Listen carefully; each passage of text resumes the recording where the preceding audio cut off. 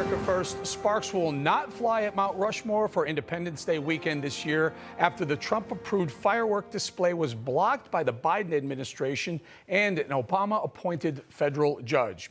Last year, Trump revived the event, marking the first pyrotechnics display at the monument in 20 years. He also gave a speech during the Independence Day event.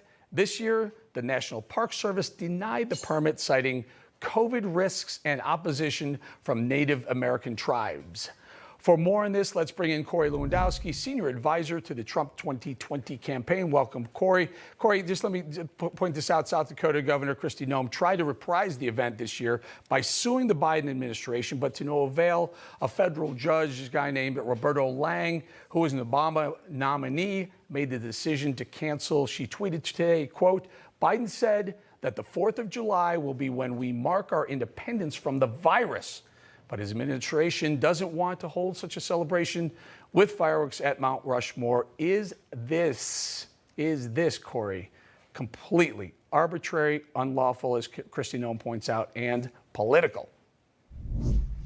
Eric, look, canceling America's celebration is shameful. Look, we should remember that this country was founded in 1776. And I know that they don't like that analogy in some of these woke cultures. But what we're seeing is the cancellation of fireworks by the Biden administration because they said it has to do with COVID restrictions is a complete absurd thing. Look, our country is back open again. Even Fugazi Fauci, as I call him, Liar Fauci, says that it's going to be okay to go out and celebrate this year for the 4th of July. Social distancing is no longer required if you've been vaccinated. Being outdoors, we know you have less of a risk of actually contracting the coronavirus. So this notion that we're canceling the fireworks at one of our great locations, when it's my understanding the Secretary of the Interior, David Bernhardt, under the Trump administration, had signed a memorandum for a 3-year consideration to have the fireworks done. And now the National Park Service has stepped in, a bunch of political hacks, and said, we're going to cancel the fireworks and we're not going to allow you to celebrate. I think it's really shameful. You know, it's incredible. Kristi Noem came from South Dakota, lives in South Dakota, knows South Dakota, has also said if at the last minute it was going to be dangerous for whatever reasons, weather reasons, she would cancel it. But somehow a bureaucrat in D.C. decided it wasn't good for South Dakota.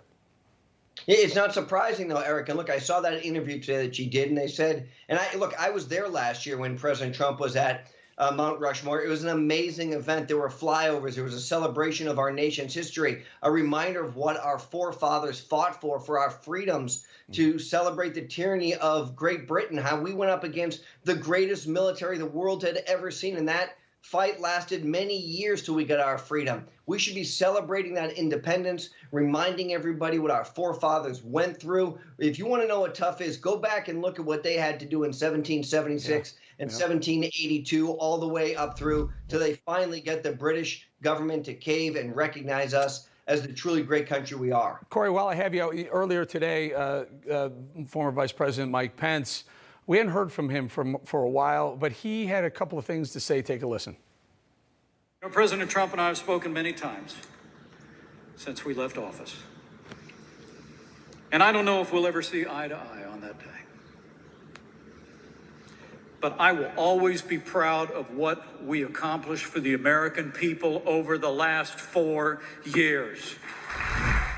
So what do you think he meant when he said he didn't know if he and Trump would ever see eye to eye on what happened on January 6th? Eric, I had the opportunity to spend about 45 minutes privately with the former vice president. We had this conversation, and without revealing a private discussion, I can tell you this. I know that he is exceptionally grateful for the opportunity to serve as the vice president of the United States under the Trump administration, the accomplishments that those two men together put forth for this country, put us on a path for success, and that Joe Biden is undoing that.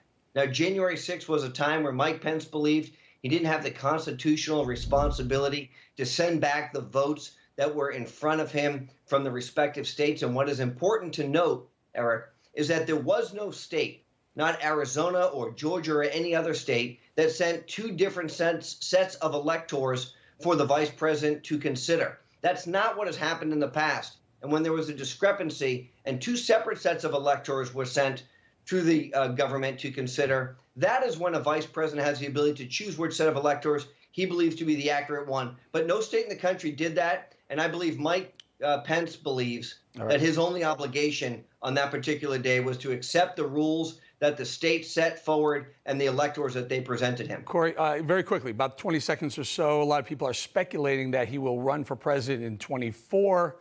Do you think he will? I think that decision comes down to what President Donald Trump does. If Donald Trump runs, I don't think there's anybody in the Republican Party who can beat him in a primary. Look, the truth is I run former President Trump's super PAC. We're raising money, and we're going to be very involved in the 2022 cycle. We're going to take back the House and the Senate. And Mike Pence, I think, will make his decision after Donald Trump makes his. Very good. That'd be a wise thing to do.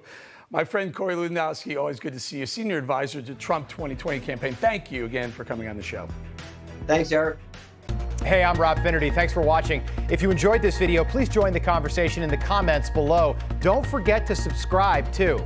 Hit the bell icon to be alerted to breaking news. And remember, there's a whole lot more on Newsmax TV, America's fastest growing cable news network.